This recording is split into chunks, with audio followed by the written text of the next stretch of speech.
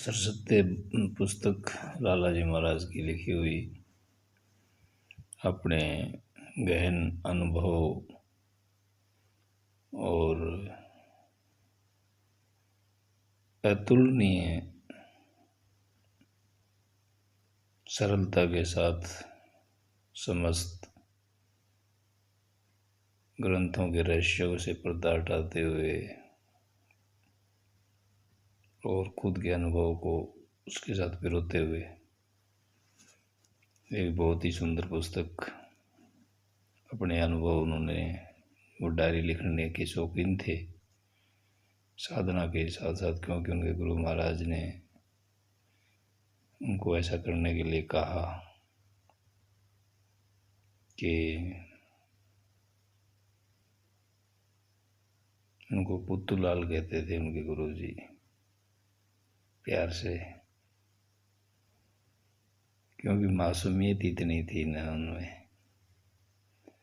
तो वो उनको प्रेम से पुत्तूलाल कहते थे, बेटा पुत्तूलाल।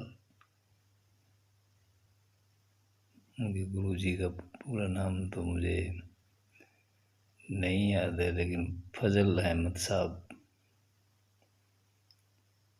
उनका बहुत लंबा चौड़ा नाम है, क्योंकि शख्सियत इतनी बड़ी है वो। तो उनको हृदय से धन्यवाद करते हुए कि ऐसे महान संत की परंपरा की पुस्तकों के अध्ययन और कुछ समय अभ्यास करने का मुझे मौका मिला और मुझे अपनी ज़िंदगी की विषम परिस्थितियों में इस सहज मार्ग के ध्यान और सफाई प्रार्थना और इन सब के बीच से गुजरते हुए एहसास हुआ कि सतगुरु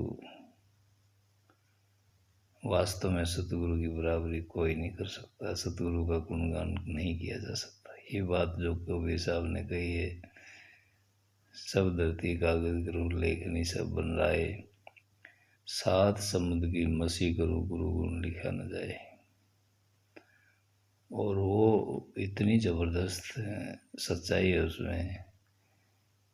वास्तव में गुरु के गुणों को लिखना बहुत मुश्किल है, कहना बहुत मुश्किल है। हाँ, इतना ज़रूर है, उनकी लिखी हुई कई हुई बातों को पढ़ के हम अपने भाई जो इस ऐसी बातों को सुनना पसंद करते हैं, क्योंकि ये बातें कोई सुनना पसंद नहीं करता, लेकिन फिर भी उन महापुरुषों ने इतनी मेहनत की, इतना प्रयास किया और उस प्रयास में उसका परिणाम भी प्रकृति में मिलता है। जहाँ सतगुरु पूरा सतगुरु आ जाते हैं, घूमने के लिए आ जाते हैं, जिस जगह पे उनके पाँव पड़ते कदम पड़ते हैं उधर पवित्र हो जाती है वो जगह। इसलिए गुरबाणी में एक शब्द है, वाह धरती भई हरियावली जिथे मेरा सतगुरु बैठा आए। जहाँ पे सतगुरु जी पूर्ण सतगुरु प्रकट हो जाते हैं, वहाँ पे सारी प्रकृति उसकी सेवा में उसके पास दिखाई देते, जिस जिस पे नज़र पड़ जाती है वो सब सुधर जाते हैं। एक महान परिवर्तन अपने आप घटित होने लगता है। ये सतगुरु की निशानी है, पूरे सतगुरु की। हम में परिवर्तन होता है या नहीं, ये हमारी जवाबदारी होती है, लेकिन प्रकृति पहचान लेती है और हम अपने आंतरिक प्रकृति में सुधार करते हैं या नहीं करते हैं, ये हम पे डिपेंड करता है, क्योंकि वो निष्पक्ष होते हैं। सतगुरु किसी पे दबाव नहीं डालते, कोई भेदभाव नहीं करते। जितनी जिसकी योग्यता होती है उसका उससे ज़्यादा उसकी झोली में डाल देते हैं, और योग्यता भी वही बनाते हैं।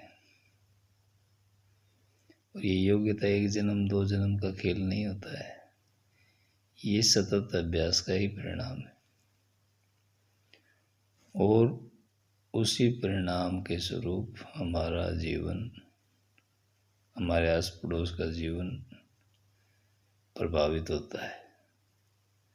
अगर हमारा पास पड़ोस अच्छे विचारों वाला, बर्दाश्त करने वाला, सहयोग करने वाला है तो आपका जीवन स्वर्ग है। अगर पड़ोस में ऐसी व्यवस्था नहीं है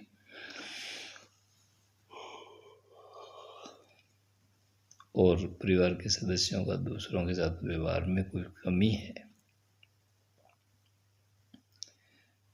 तो उसका प्रभाव पड़ता है, गलत प्रभाव पड़ता है। वातावरण पे दूषित वातावरण हो जाता है और वो दूषित वातावरण जब साफ होने लगता है, गुरु महाराज करते हैं साफ, तो हलचल है। उस बात को समझना बहुत मुश्किल है।